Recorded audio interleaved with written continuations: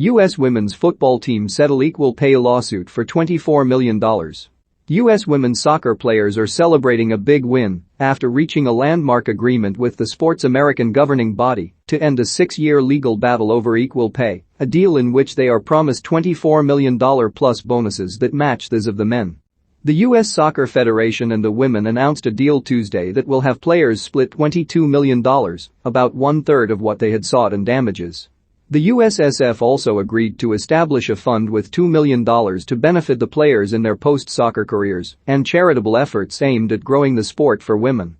The USSF committed to providing an equal rate of pay for the women's and men's national teams, including World Cup bonuses, subject to collective bargaining agreements with the unions that separately represent the women and men. Midfielder Megan Rapinoe, who led the legal battle with teammate Alex Morgan, described the settlement justice for the next generation of players. Obviously, we have been in this for a long time and coming from a long history of women who have fought to put this sport in a better place. I think pride comes to mind, just incredibly proud of the women on this team and all the women who this lawsuit represents, Ms. Rapinoe, 36, told CBS News. The thing I look forward to and I'm really proud of is that, the justice comes in the next generation never having to go through what we went through. It's equal pay from here on out. Ms. Morgan, a 32-year-old forward, echoed Ms. Rapinoe's sentiments. I think an important piece of it was equalizing not only the money moving forward, but the World Cup bonuses as well, and working with U.S. Soccer and the Men's Players Association to find a way to equalize that prize money going forward, she said. This is a huge step and mending that relationship with U.S. Soccer is also a big piece of that, and we feel very comfortable and happy and proud with the moment we got to right now, because it is a huge win for us, for women's sports, for women in general, and it is a moment we can all celebrate right now. Ms. Rapinoe added in an interview with the Associated Press. For our generation, knowing that we're going to leave the game in an exponentially better place than when we found it is everything. That's what it's all about because, to be honest, there is no justice in all of this if we don't make sure it never happens again. The settlement was a victory not only for the players who sparked fans to chant equal pay when they won their second straight title in France in 2019, but also for USSF President Cindy Parlow-Cohn, a former player who became head of the federation in March 2020. Ms. Cohn replaced Carlos Cordero, who quit after the federation made a legal filing that claimed women had less physical ability and responsibility than male counterparts.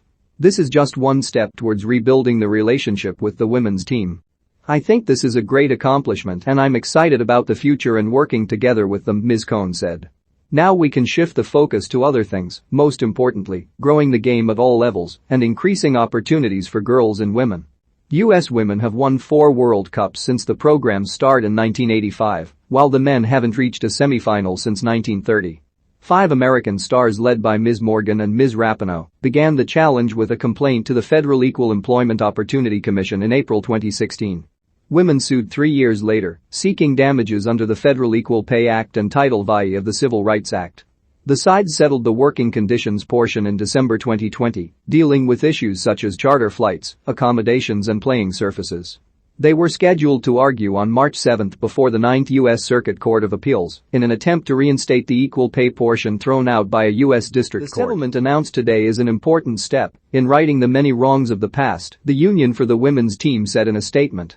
While a labor contract remains to be reached and ratified to replace the deal that expires March 31, the settlement was an enormous step. To finally get to this moment feels like we can almost sigh a breath of relief, Ms. Morgan told AP. Players were able to put off the legal distractions to continue on-field success. The additional hours and stress and outside pressures and discriminations we face, sometimes you think why the hell was I born a female? Ms. Morgan posed. And then sometimes you think how incredible is it to be able to fight for something that you actually believe in and stand alongside these women. There was something more than stepping on the field and wanting to be a starter or wanting to score goals or wanting to win or wanting to have the glory.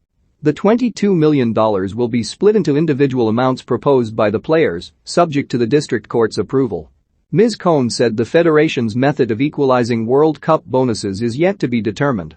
The federation has until now based bonuses on payments from FIFA, which earmarked $400 million for the 2018 men's tournament, including $38 million to champion France and $30 million for the 2019 women's tournament, including $4 million to the champion U.S. American men, have been playing under the terms of a CBA that expired in December 2018.